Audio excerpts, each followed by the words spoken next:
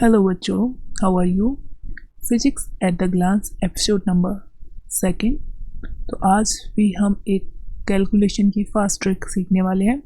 किस तरह से करेंगे उसको वन बाय वन हम आपको बताएंगे और फिर आपको वो क्वेश्चन करके अप्लाई करना है। ठीक है, जो ट्रिक हमने आपको बताई है उसको आपको 2 से 3 बार प्रैक्टिस कर लेना है, जिससे क्या होगा कि आप उसके मास्टर हो जाएंगे। ठीक है, तो चलिए, पहले हम सीख चुके थे स्क्वायर रूट निकालने की, तो आज हम सीख रहे हैं क्यूब रूट किस तरह से निकालेंगे।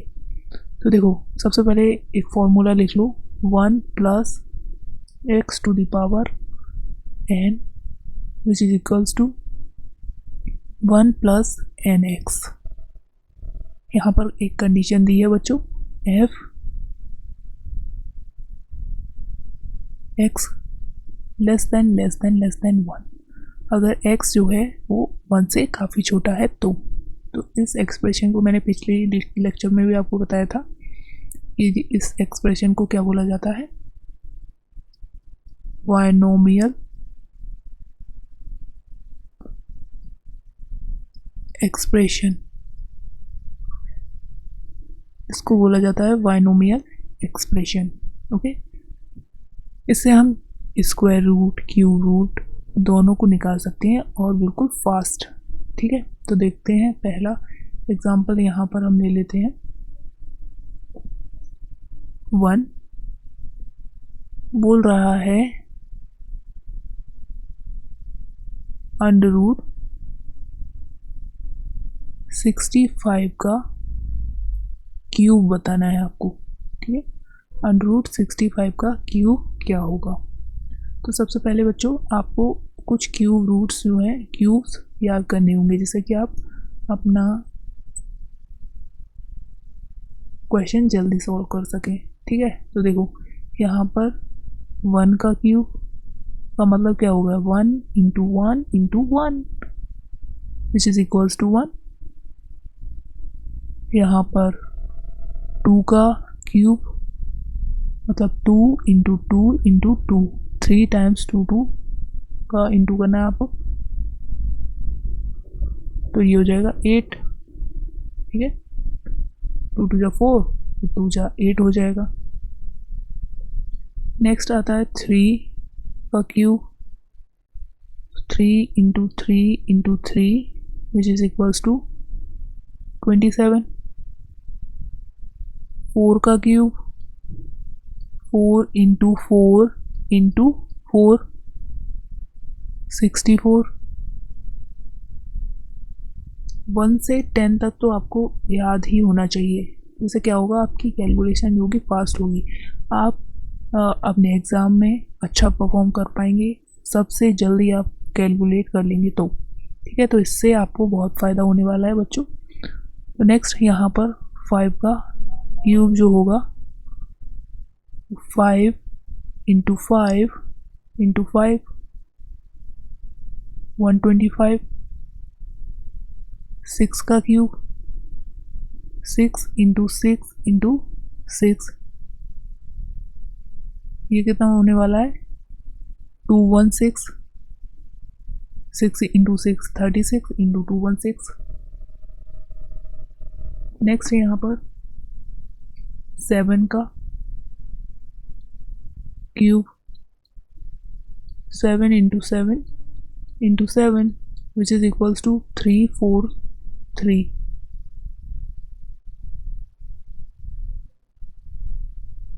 8 का क्यूब, 8 इंटू 8 इंटू 8, तो ये हो जाएगा 512।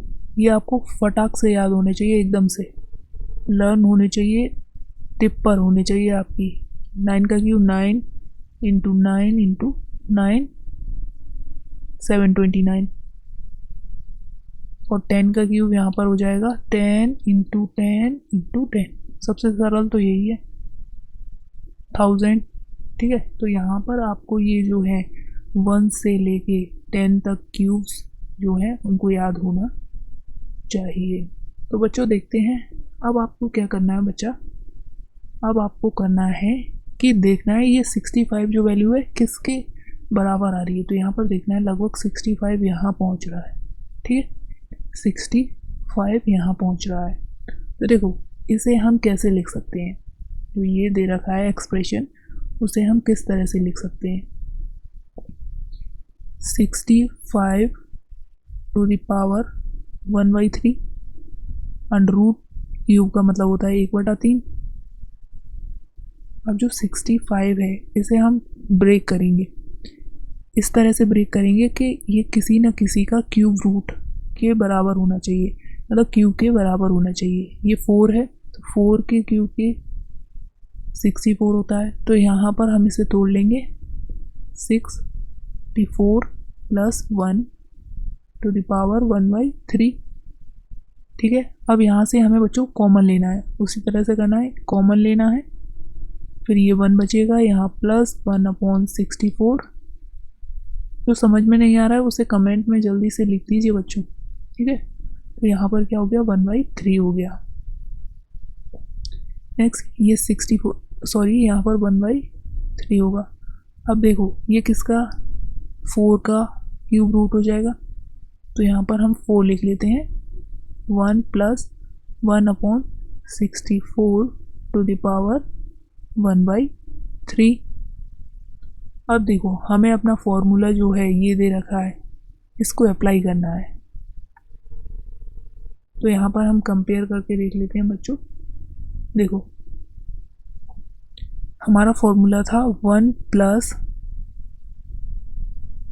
x to the power n, और हमने बोला था जो x है वो लेस देन 1 होना चाहिए। तो देखो यहाँ पर 1 से 1 कंपेयर हो गया, x से 1/64, और n जो है वो 1/3 को इंडिकेट कर रहा है। तो देखो x की जो वैल्यू है वो लेस देन 1 है, 1/64 1 से काफ़ी छोटा है, तो हमारी कंडीशन सही है, फुलफिल हो रही है। तो देखो ये फॉर्मूला था 1 प्लस nx, क्या करना था, इस पावर को जंप करा के सिर्फ इसके आगे लाना था, बाकी सिर्फ नॉर्मल सॉल्व कर देना है, ठीक है, बाकी आपको नॉर्मल सॉल्व कर देना है। तो देखो ये कितना हो गया, 4 का अंदर मल्टीप्लाई कर लेते हैं, 4, चलो पहले पावर को आगे ले आते हैं, 4 ब्रैकेट में 1 प्लस 1/3 इंटू 1/64, ठीक है। अब 4 का अंदर मल्टीप्लाई कर लेंगे, 4 प्लस 4/3 इंटू 64, तो देखिए कितने टाइम्स जाएगा, 4 और ये चला जाएगा 1 टाइम गया, तो यहाँ कितना बचा, 2 बचा है।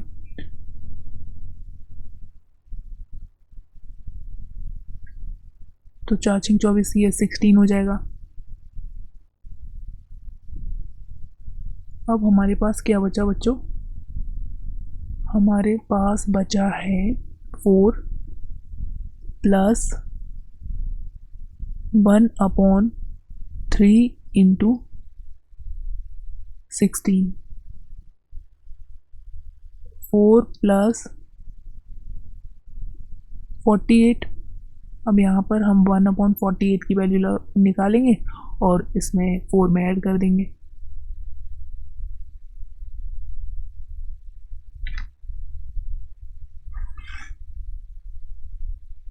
ठीक है। तो यहाँ पर 1/48 की वैल्यू कैलकुलेट कर रहे हैं हम, वो लगभग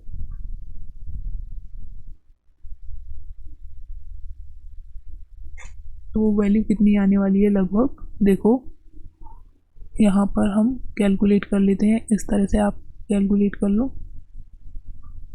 यहाँ 1.0 बढ़ाया, फिर भी नहीं जा रहा, 0.0 बढ़ा लिया,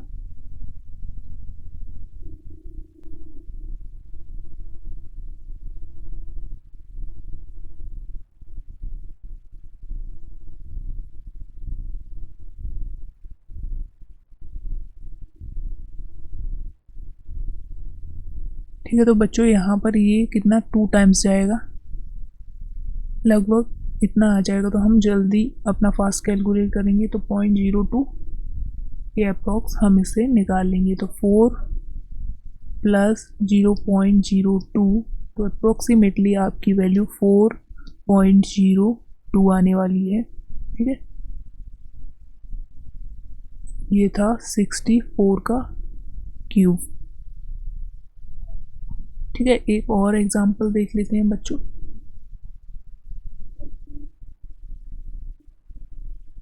ठीक है, सेकेंड एग्जांपल है, आपको अंडर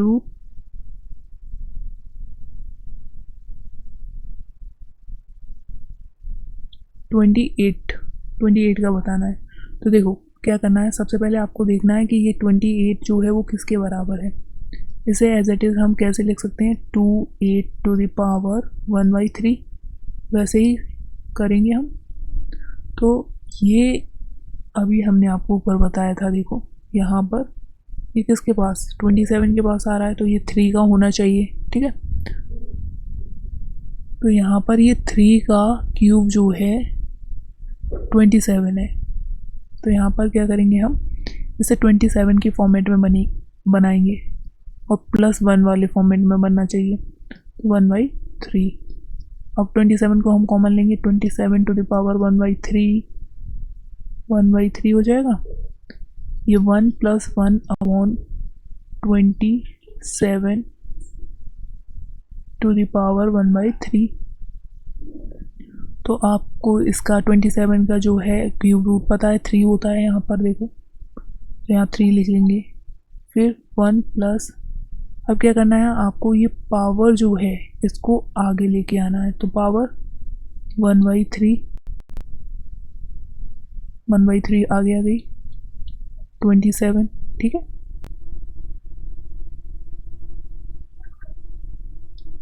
नेक्स्ट हम क्या करेंगे, 3 का अंदर मल्टीप्लाई कर ले रहे हैं। 3 + 3/3 इंटू 27। ठीक है, तो यहाँ पर 3 से 3 कैंसिल आउट हो जाएगा। अब ये बचा कितना, 3 + 1/27 ये 3 है। तो यहाँ पर हम 1/27 को कैलकुलेट कर लेंगे। तो ये कितना आने वाला है, ये आने वाला है अप्रोक्सीमेटली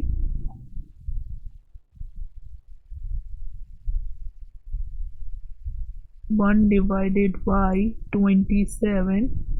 तो ये बच्चों कितना आ जाएगा, आपका आ जाएगा 0.3 + 1/27 को हम कितना लिख देंगे,